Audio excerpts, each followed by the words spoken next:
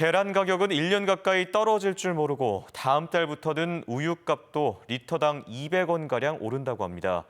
또 국제 유가 상승의 여파로 8년 만에 전기요금마저 인상되는데요.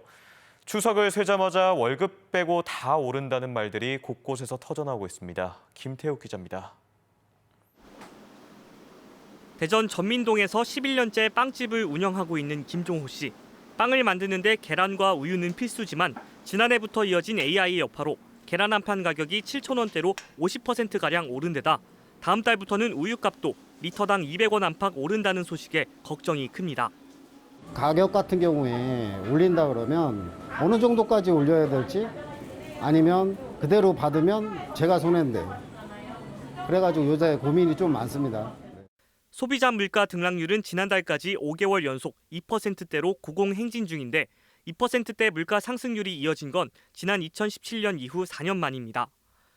식자재 수급 불안에 더해 원유 가격 상승도 물가 불안정을 부추기고 있습니다. 지난 7월 국내 휘발유 가격이 리터당 1,600원을 돌파한 이후 좀처럼 떨어지지 않고 있는데 이 영향으로 8년째 동결했던 전기요금도 다음 달부터 4인 가족 기준 한 달에 1,000원가량 오를 예정입니다.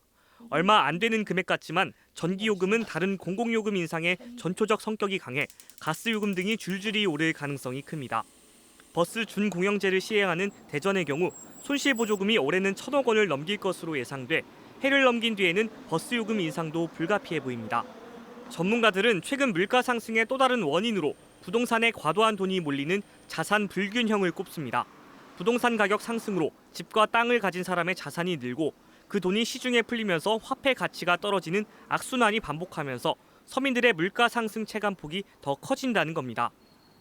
공공요금이 오르고 그다음에 농산물 가격이 일부 품목이 높고 그러면서 경제 충격을 주고 그 충격을 준다는 게 주로 자산 불균형에서 소외된 사람들한테 큰 충격을 주기 때문에 실제 숫자 100을 기준으로 거래액 변동폭을 추산하는 아파트 월간 매매 가격 지수는 지난달 대전이 102.3을 기록해 인천을 제외한 전국 6대 광역시 가운데 최상위권을 기록했습니다.